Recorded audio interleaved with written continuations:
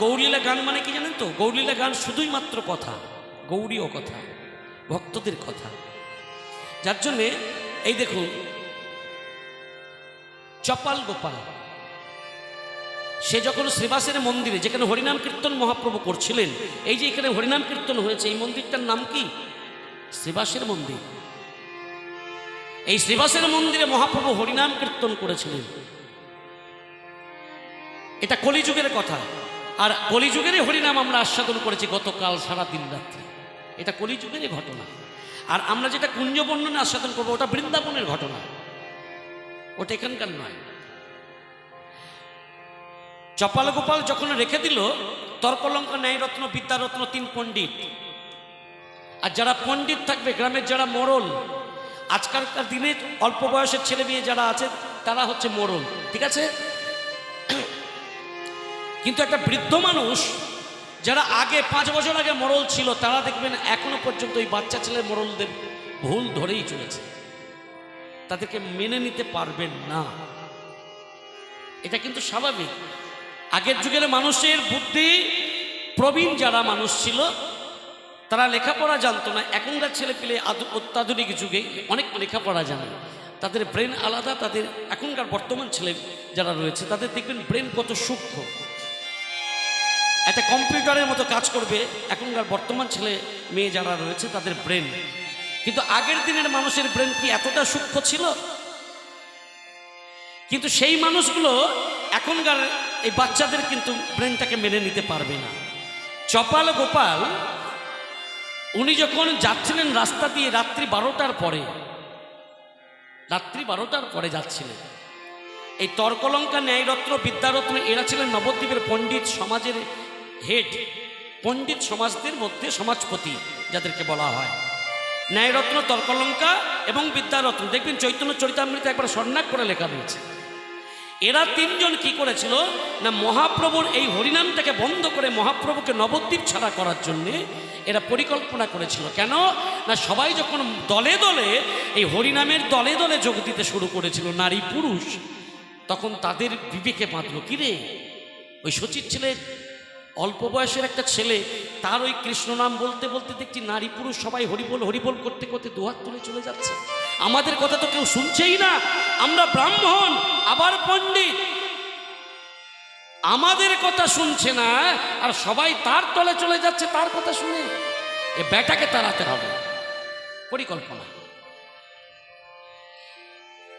এই শচীর ছেলে নিমাইকে তাড়াবার ব্যবস্থা করলো কি, ওই চপাল গোপাল আসছিল মদ খেয়ে, তাকে দাঁড় করিয়ে দাঁড়া, ইনিয়ে বিনিয়ে অনেক রকম অনেক কিছু কুকথা বলে মহাপ্রভুর নামে যে ওকে তাড়াতেই হবে যে কোনো প্রকার। এটা একটা অনেক বড় ঘটনা, এটা একটা পালা। আমি যে যা বলছি, আমি ওখান থেকে 5 মিনিটের কথা কেটে আপনাদেরকে বলছি। করলো কি, শ্মশান ঘাটে চলে গেল, মরার মাথা কেটে নিয়ে এলো। শ্মশান ঘাটে গিয়ে একটা মরার মাথা কাটলো। হরিনামে এসব দিতে আছে। ছাগলের মুন্ডু কেটে আনলো, রক্তজবা ফুল, রক্তচন্দন, মদের হাঁড়ি, এগুলো নিয়ে এসে চপাল গোপাল নিয়ে এসে শ্রীবাস অঙ্গনের দ্বারে, যেখানে কীর্তন করছিলেন মহাপ্রভু, ওই দ্বারে নামিয়ে রেখে চলে গেলেন। কে দেখেছিল? রাত্রি 12টা বাজে, কে দেখলো? কেউ তো দেখেনি। গোপাল বলল, চারিদিকে তাকিয়ে দেখলো, কেউ দেখলো না, অন্ধকার রাত্রি, এই নবদ্বীপের মানুষ এখন ঘুমাচ্ছে, কেউ দেখতে পেল না।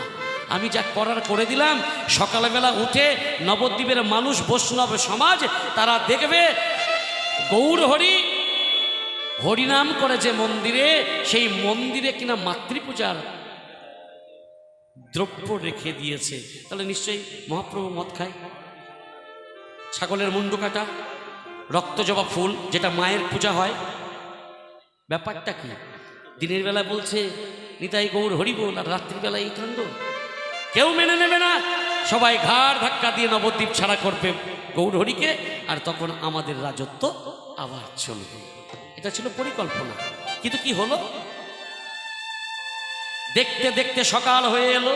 সকালবেলা বিছানা ছেড়ে আর উঠতে পারল না গোপাল, আর উঠতে পারল না।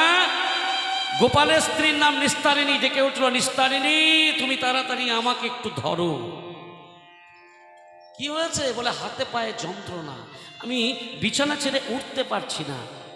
কিন্তু নিস্তারিণী বলল কি জানেন, নিশ্চয়ই তুমি কারো সর্বনাশ করেছ,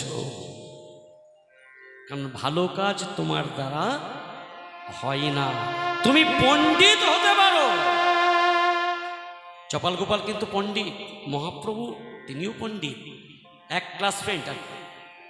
মহাপ্রভুর সঙ্গে চপাল গোপাল একসঙ্গে পড়াশোনা করতেন। তুমি পণ্ডিত হতে পারো, কিন্তু তোমার ভিতরে পাপ আছে, যার জন্য তোমার এমন দশাটা হয়েছে। তাহলে কেউ দেখতে পেল না, একজন দেখলো, তিনি হচ্ছেন আমাদের গৌরহরি। আমরা যে কীর্তন শুনছি বা কীর্তন শুনছি না, এটা কেউ না দেখলেও একজন কিন্তু দেখছেন, আমার ভগবান গৌরহরি। তা সেদিনকে ওখানে সাপটি কেঁদে কেঁদে ভগবানকে জানিয়েছিল, প্রভু আমি তো নিরপরাধ, আমার কোনো অপরাধ নাই, আমি অসুস্থ, আমি তো তোমার ভজন করছিলাম, আর এমনভাবে এটা ভগবানের কাছে চলে গেলে ভগবান তার বিচার করবেন না, এটা হতে পারে? তুলে রেখে দিলেন, সেই পাপ তাকে নিতে হয়েছে। তাহলে আমি যদি পাপ করে থাকি পূর্বজন্মে, সেই পাপের ভাগ আমাকে নিতেই হবে। একটু কষ্ট যখনই পাই সংসারের মধ্যে, আমরা কি ভগবানকে দোষ দিই?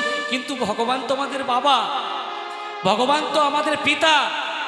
বাবা কোনোদিন চাইবে ছেলের ক্ষতি হোক? ভগবান কোনোদিন চাই না সন্তানের ক্ষতি হোক।